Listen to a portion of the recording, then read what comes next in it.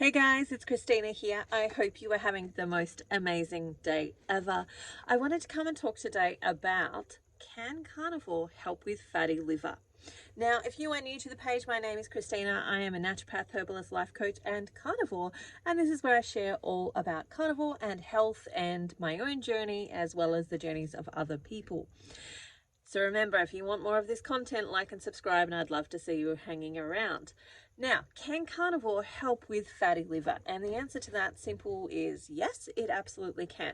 But I think with any dietary protocol, whether it be carnivore, keto, ketovore, low carb, high fat, or anything else that's actually out there on the market that you're using, there needs to be some things that take place in order for that to actually be able to be helpful in those particular circumstances. So essentially, when we've got fatty liver, what we've got is fat that's hanging around the liver. It's essentially what it is, to make it really generalized and simple.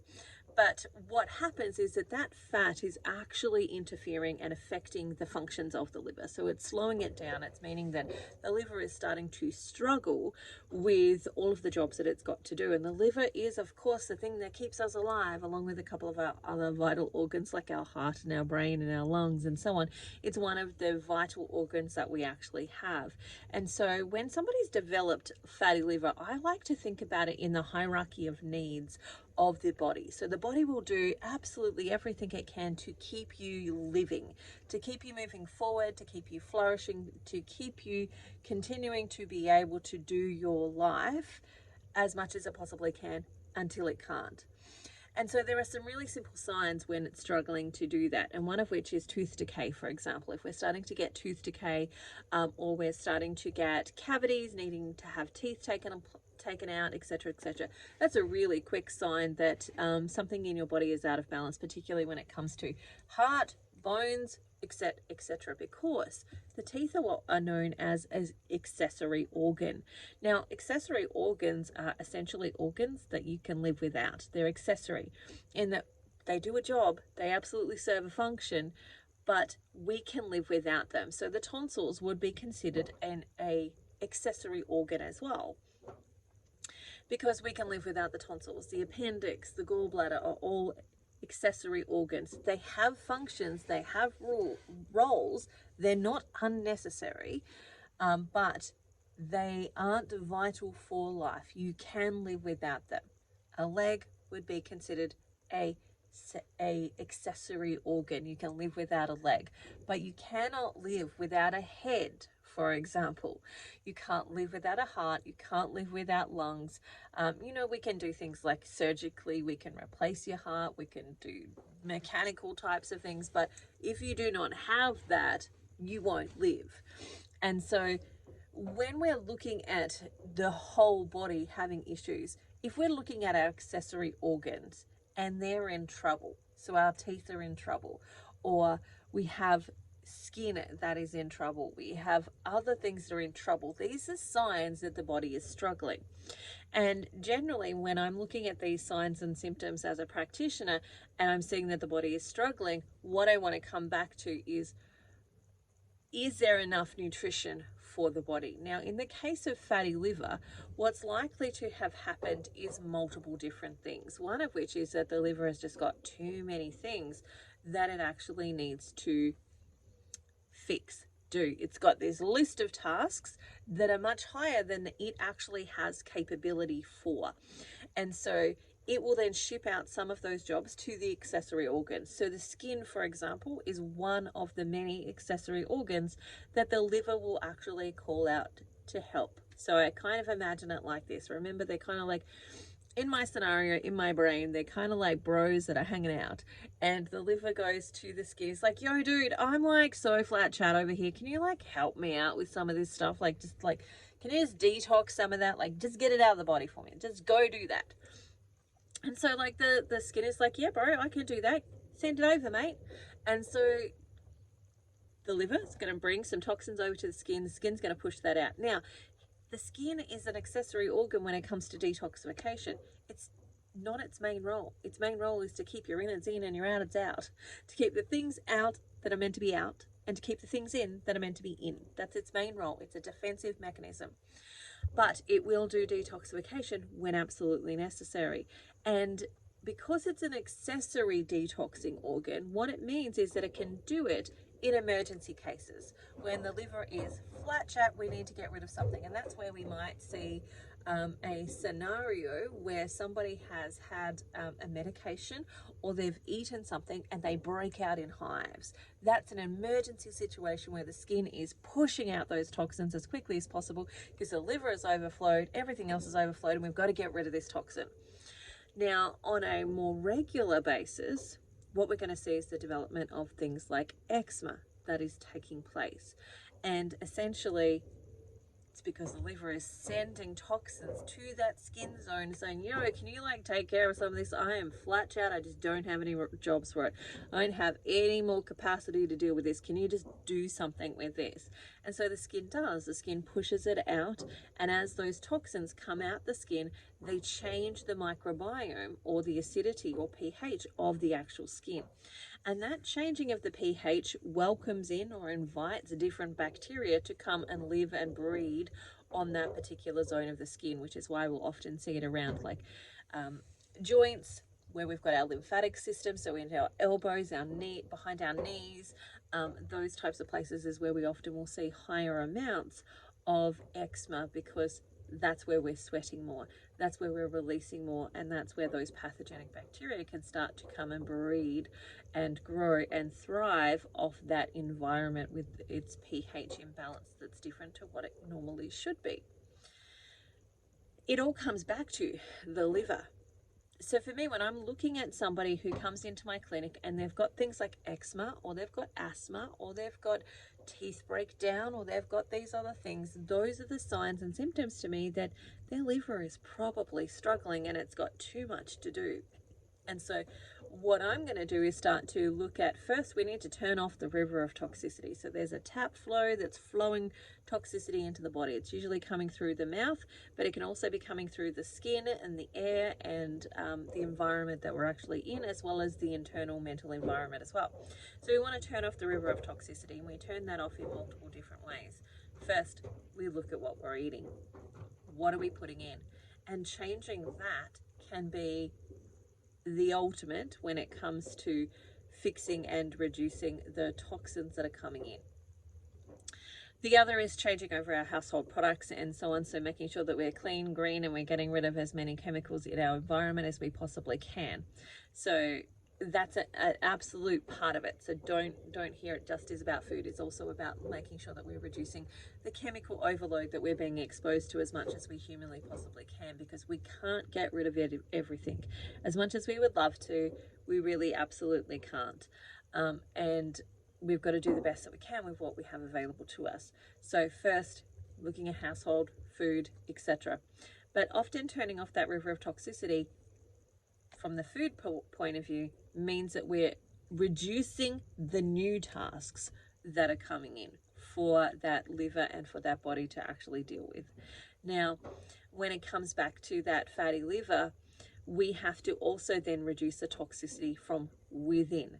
And some of that will be, let's say we've had, we've gone on a green smoothie cleanse, or a green juice cleanse, or we've like learnt all this information about how good greens are for us, and we've taken all these green supplements.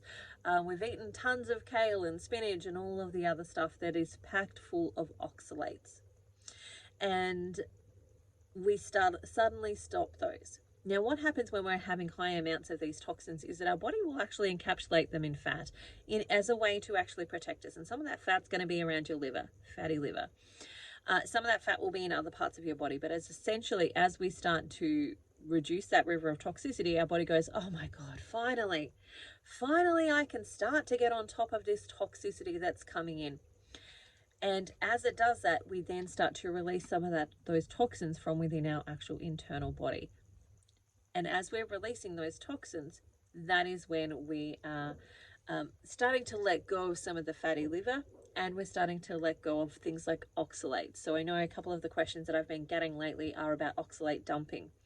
And essentially we will hold on to those oxalates and or any other toxins that are in our body that we haven't been able to get rid of prior to this in our fat cells, and as we start to do things like the carnivore diet or low carb, high fat or keto, we then start to let go of those toxins, and that can be another big whammy for our liver. But I will do a proper talk on oxalates, so don't stress. I will definitely do a proper talk on oxalates and go through them for you, but that's kind of not the focus for today. But fatty liver can be resolved by using keto, carnivore, etc. But we have to create the right environments. And generally speaking, what I'm going to do is add in some type of binder so that we don't do more damage as we're actually detoxifying things like oxalates and other toxins that are shifting from our body, like lead, mercury, cadmium, molds, etc., all of which start to get mobilized once we reduce that river of toxicity and we give our body the capacity to start to detox, which is generally animal fats. Animal fats are very, very important for the ability to be able to detoxify safely from our systems. And our body knows how to do this. Like this, there's this beautiful innate wisdom that our body knows how to detoxify itself, but we have to first give it the resources in order to be able to do that. And those animal fats are much high on that list of things that they need, along with things like B vitamins, which we're going to find in all of our animal meats and products.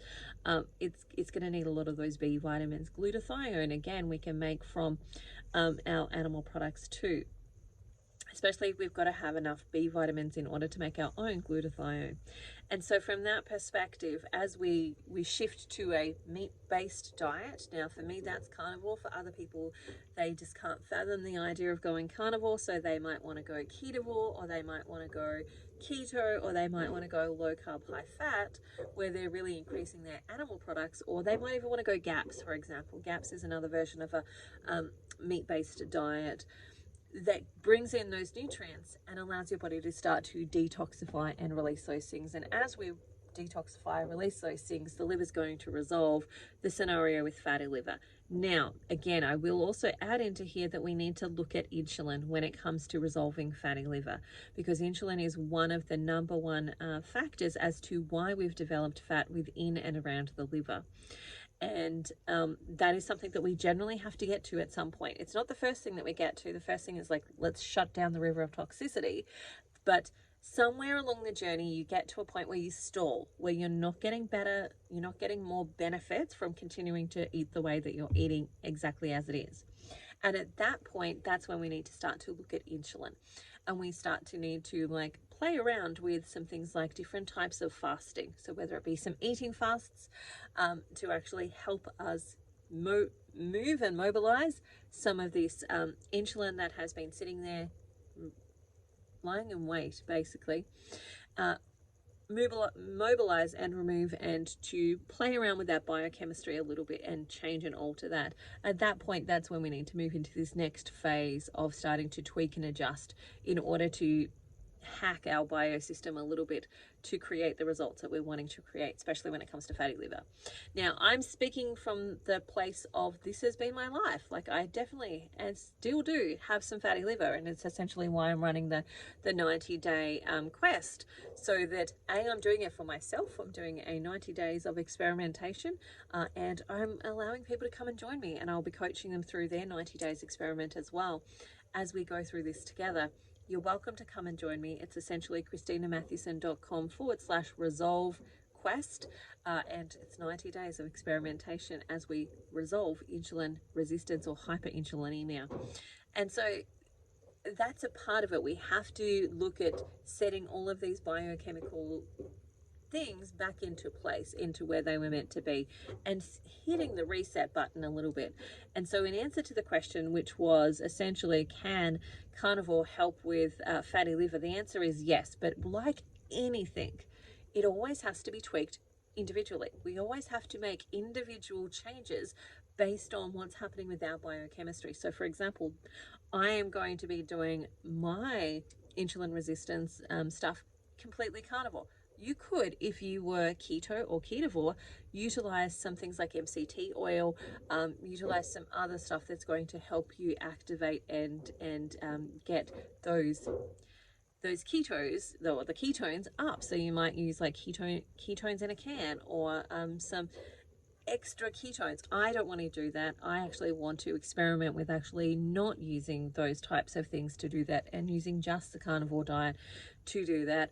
But there's certainly choices that you could actually make, and they're valid choices that you could actually make, but I would always do so under the provision or the watchful eye of somebody who knows what they're talking about and can watch you and look out for some of the signs and symptoms that everything is going well.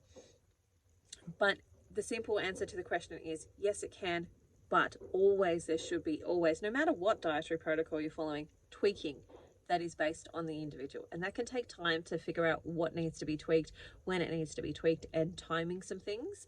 But essentially just some tweaking needs to take place in order to make sure that you're getting the best results for the efforts that you're actually putting in. All right, that is it for me today. I hope you have the most amazing day ever. If you do have any other questions that you would like answered, feel free to drop me a comment below. I would love to come and answer them. And I look forward to chatting to you again soon. Bye for now. See you later.